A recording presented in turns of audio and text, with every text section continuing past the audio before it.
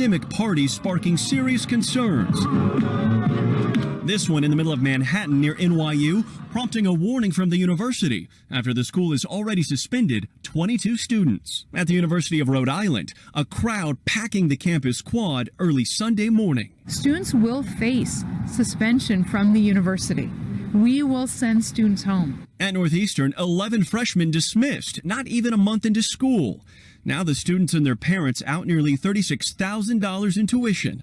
No refunds, but they can appeal their dismissal. A National College survey by the New York Times tied 51,000 cases and 60 deaths to COVID-19. At San Diego State, Shelley Flanagan is worried about her daughter, who just tested positive. She woke up with 101 temperature, she had a splitting headache, she had a sore throat. At Iowa State, where cases have doubled, some are just now leaving on-campus quarantine. At Ohio State, some students are leaving campus altogether. To say the least, it's very complicated. Sophomores Taylor Kosala and Cameron Friedman now driving home after Taylor tested positive. I'm just glad that we're able to go to a place where we can quarantine and feel safe and comfortable while also doing our schoolwork and being students like we are supposed to. Yeah, not having to worry about like infecting other people. Meanwhile, crowded beaches this holiday weekend also have public health officials worried. And here in Florida, cases spiked after the 4th of July weekend. Officials tell me it'll be anywhere from 2 to 3 weeks before they see the true impact of Labor Day. Cleanup underway Sunday morning at Washington Square Park to clear the trash left over from the overnight gathering. Hundreds of young people congregated, dancing, drinking, some with masks and others without, and little observance of social distancing. I live in this neighborhood. It makes me concerned that COVID's going to spread when we've worked so hard, and I think they should be banned. I think it shouldn't happen. The public park is just steps away from NYU, surrounded by the university's dorms and academic buildings. The school allowed students to return 1 week ago. Classes started Wednesday. But students like this freshman from South Carolina were permitted to move in on August 18th to quarantine. She was not at the gathering overnight. So it's kind of annoying that this could really set us back, you know? So it's concerning. It just worries me that it's going to get worse and that everyone's not taking precautions. Hours before the party Saturday, the university issued a tweet reminding students to wear a mask and maintain social distance. 20 students have already been suspended from the school for failing to follow health and safety guidelines. The enforcement comes as colleges and universities across the state and country balance a return to the classroom with containing the spread of the virus. SUNY Oneonta canceled in-person classes Thursday and sent students home after hundreds tested positive 2 weeks after school started. With class in session at NYU, local residents say it's typical to see young people congregating in the park, but this season they hope socializing will be done at a safe distance and with face coverings in place. It concerns me for them, but I try to avoid the park when it's that busy. I skirt around, so... but I do, sort of subconsciously think about it when I walk around. It's like, okay, students, maybe I should be a little bit more careful, Yeah. My guess is they're not as concerned as, a lot of other people, but, that's, I think, to be expected. We reached out to NYU to ask whether the university is investigating the overnight gathering here at Washington Square Park, and we did not immediately receive a response. In Greenwich Village, Lydia Hu, New York 1. Our behavior this Labor Day weekend could impact how the coronavirus spreads in the coming months. It's a big concern for some people who live in the West Village after a big party in Washington Square Park last night.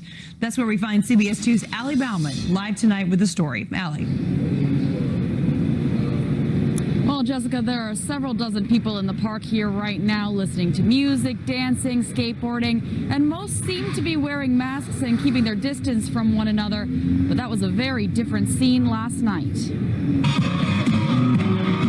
Video from Saturday night shows people of all ages in Washington Square Park, including hundreds of young people partying, dancing, and having what looks like a normal college weekend. But this is, of course, abnormal times. Some people are acting like it's all back to normal, and some people are taking the most extreme measures as well. Many in the crowd do not appear to be wearing masks. Video shows police cars and officers stationed outside the park, but seemingly not enforcing any crowd control. Socially distancing, I would imagine if I was their age, I probably wouldn't be doing it either. It's unclear how this gathering started, but Washington Square Park is a popular NYU spot.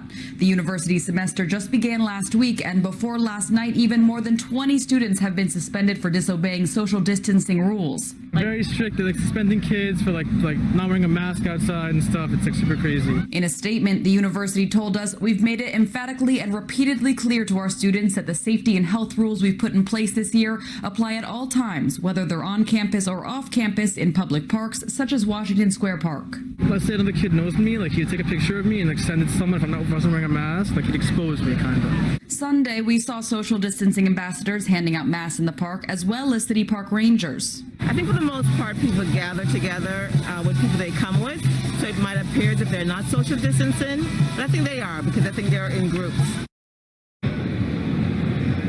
And NYU has been testing students as they arrive for the semester since mid-August, and the university says out of 17,000 tests, there's only been 17 positive cases. Those students who test positive are required to isolate and are overseen by NYU's COVID response team. We're live from Washington Square Park tonight. Allie Bauman, CBS2 News. NYU investigating this large party at Washington Square Park to find out if any students were involved. Hundreds of people gathered around the fountain last night. It's unclear at this point who, if any, NYU students were there, but as you can see, few people were social distancing. Some people were seen not wearing their masks. The university says if they find out the students were there and they violated NYU's COVID policies, they could be disciplined. The university has already suspended more than 20 students since the fall semester started last Wednesday. NYU says those students violated both state and university rules. And starting this week, the university will start regular on-campus COVID testing. Students who live in university housing will be tested once a week. Other students and staff will be tested every other week. Hundreds of young people were seen partying inside Washington Square Park on Saturday night, not far from NYU, where the fall semester began last week. You typically see this kind of dancing and drinking on a normal college weekend pre-COVID-19. Health officials are reminding people failing to social distance, as seen in this video, could impact how coronavirus spreads in the coming months. The problem isn't really the classroom or the campus when people are walking outside. The problem is probably dormitory related, the parties. Dr. Len Horowitz with Lenox Hill Hospital says continuing to follow COVID protocols will help decrease the spread. NYU already suspended more than 20 students for not following social distancing rules, and officials there are investigating this past weekend's event. It's far from the only incident. Nationally, there are more than 1,000 reported cases of COVID-19 at University of North Carolina at Chapel Hill, more than 1,400 at University of South Carolina, and more than 950 at Texas A&M. In New York, SUNY Oneonta is switching to online classes for the rest of the semester after nearly 600 people tested positive for coronavirus.